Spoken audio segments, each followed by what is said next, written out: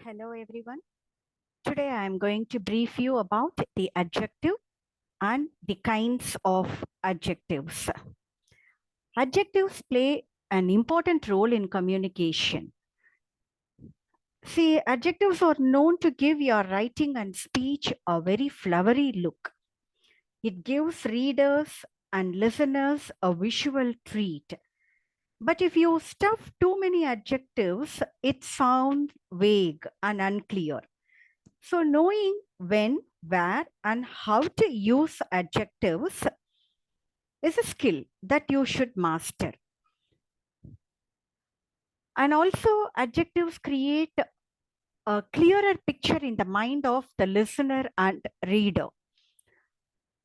So, by using descriptive adjectives, speakers and writers can create more interesting and engaging message and can help their audience to better understand and visualize the information that is being conveyed. Now, let us look into the details. How do you define an adjective? It is a word that describes or modifies a noun or pronoun by giving information about its quality, quantity, or state. It is used to provide additional information about the noun or pronoun in a sentence and helps to make the text more vivid, expressive, and precise. There are several types of adjectives which everyone needs to understand. They are descriptive adjectives that talks about the qualities or attributes, quantitative adjectives which describes the quantity or amount of the noun, demonstrative adjectives which indicates which noun is being referred to, possessive adjectives indicate possession or ownership of the noun, interrogative adjectives used to ask questions, comparative adjectives compare two nouns or pronouns, and superlative used to indicate the highest degree of a quality or attribute. Now let us look into the details of each type of adjectives with a simple example. To begin with, descriptive adjectives. What is a descriptive adjective? They are words used to describe the qualities, characteristics, or attributes of a noun or pronoun. So they provide some specific details about the noun. They modify, such as the color, shape, size, texture, appearance, and other physical or abstract characteristics. So some example for the descriptive adjectives which I have included here is bright. A bright yellow sunflower. Round. A round pizza, right? Small. A small kitten. So these adjectives can help provide a clear and vivid image of the noun or pronoun being described and making the writing more engaging and descriptive. The next one is quantitative adjectives. Quantitative adjectives are words that describe the quantity or amount of a noun or pronoun. They give specific information about how much or how many of something there is. So some example for the quantitative adjectives, which includes few. I have a few friends coming over for dinner. Many. There are many books on the shelf. Some. Would you like some water? Like that, several. We saw several birds on the walk. Right? Enough, much, little, whole. They all define quantity. So these adjectives help to provide clarity and precision in a sentence. They can also be used to compare the quantities or to indicate a specific amount or number. The next is the demonstrative adjectives. These are words that indicate or point out a specific noun or pronoun. They are used to specify which object or objects are being referred to. So some examples of demonstrative adjectives include this, that, these, those. So these adjectives can help to provide a clarity in a sentence, especially when there are multiple objects or people being discussed. Those shoes are too small for me. So, demonstrative adjectives can also help us to create a sense of distance or proximity between the speaker and the object or person being referred to. Those flowers are so pretty.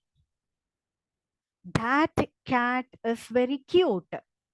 Right? Hope you can understand it. That if how demonstrative adjectives function. Then possessive adjectives. Possessive adjectives are words that indicate possession or ownership of a noun or pronoun. They are used to show who or what possesses or owns something. So some examples which I have given: my, your, his, her, its, our, their, right? My car is in the shop. That's a possession. So these adjectives can help to clarify who or what owns something. Her dress is very pretty. So it can be used to show ownership in a variety of contexts, such as in relationships, possessions, or places. The next is the interrogative adjectives. Interrogative adjectives are words that are used to ask questions about a noun or pronoun. They are often used at the beginning of a sentence to seek information or clarification.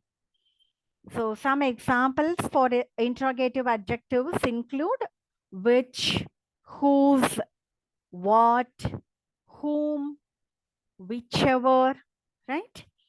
Which book did you borrow from the library?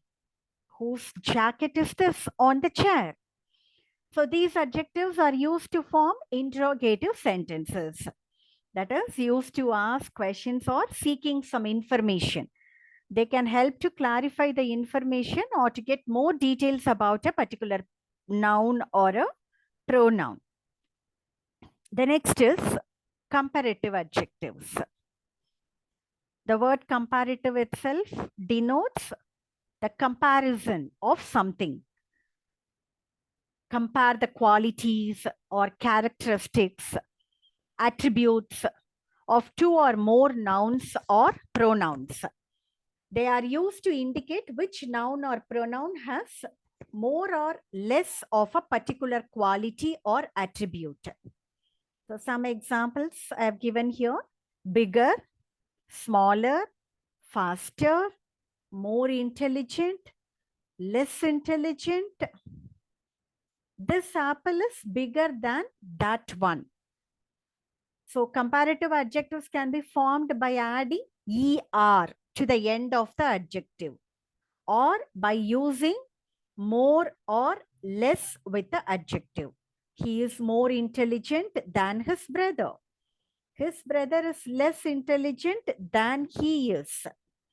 So they can help to create a comparison between two or more nouns or pronouns and provide a very clear understanding of the qualities that are being compared. The next one is the superlative adjectives. Superlative adjectives are formed by adding est to the end of the adjective or by using most, or least with the adjective. So they can help to create a comparison between 3 or more nouns or pronouns, and it provides a very clear understanding of the qualities being compared. Biggest, smallest, fastest, more intelligent, least intelligent, right? So it talks about the compares the qualities, characteristics, and attributes of 3 or more nouns or pronouns. Now, when you look into this chart, comparative and superlative adjectives, they are formed according to how many syllables the adjective has. So I have given very clearly the number of syllables, examples with adjective, comparative, and superlative. 1 syllable word, small, smaller, smallest. 2 or more syllables, colorful, more colorful, most colorful.